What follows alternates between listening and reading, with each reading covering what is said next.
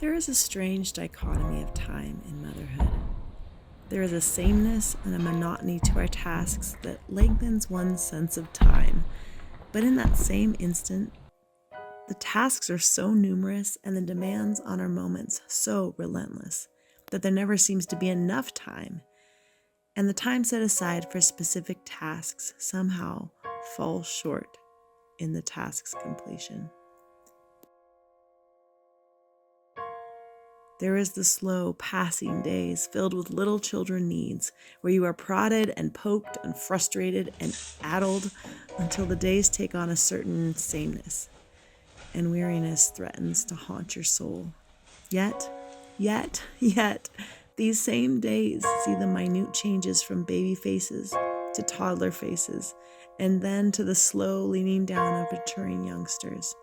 So much time passing so rapidly in the faces of your kids, so as to make you grasp at the past in an effort to store it and treasure it and protect it in your memory.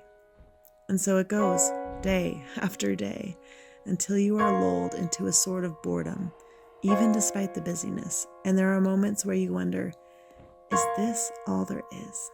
The sameness, this constant demand of menial tasks done over and over and over. We struggle as moms to enjoy the daily routines, the daily grind. We struggle sometimes to enjoy the journey at all, to enjoy our children's little ways. We allow the overtired, overstimulated, overtouched, overwhelmed plight of a mom to become, well, all there is. Then something happens. I have never wanted to dramatize some of the hard, unexpected parts of life. We all have them. But the oversharing and the constant repetition, well, it's always been rather distasteful to me. Even now, I don't want to go into details over the past weeks, but I do want to share that we had a battle, a serious complication to illness, a hospital stay longer than any of us wanted, and a slow but sure recovery. It did what nothing else could do, I guess, and provided that stark sense of contrast. What life is like when it's not boring. When one of my little precious children are not part of the chatter and the mess and the running through the house. It says in John 16:33, I have told you these things, so that in me you may have peace. In this world you will have trouble, but take heart. I have overcome the world. There is nothing I am sure of more than the absolute of the promises of God for every situation. Knowing that in every situation we can take heart or find courage, knowing that Christ's victory on the cross overshadows all troubles and his provision brings us through. To be able to look at God's word and find these passages like the one in Isaiah 43:2. When you pass through the waters, I will be with you. And when you pass through the rivers, they will not sweep over you. When you walk through the fire, you will not be burned. The flames will not set you ablaze. Hey, buddy. So we had to divide and conquer. I'm so thankful to be married to such a present dad. Chris went to the hospital with my boy, and I continued forging ahead at home, trying to keep our homeschool, work, and extracurricular activities as normal as possible.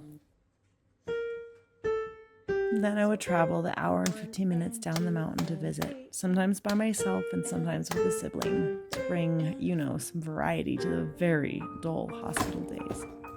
One day I took everyone down and we had a picnic all together on the grass outside the children's wing. And if ever I feel like complaining about the average daily of a stay-at-home mom, I will remember this brief period in our life as a family when we really felt grateful for the ordinary, forgettable days that make up much of our life together.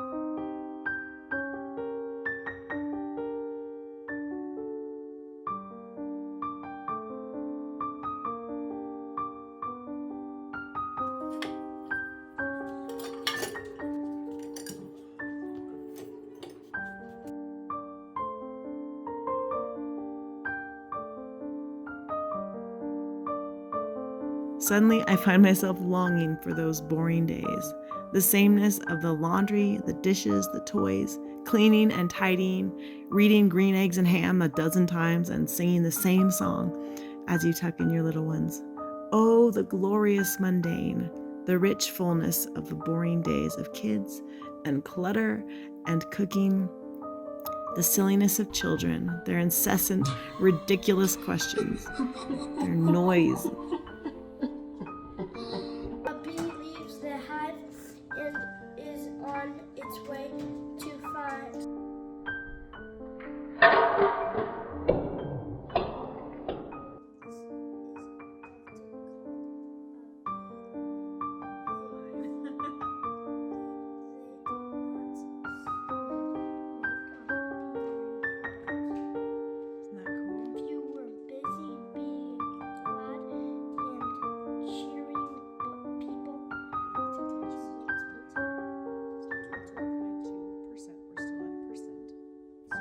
This is Danielle, and this is Hogan Life.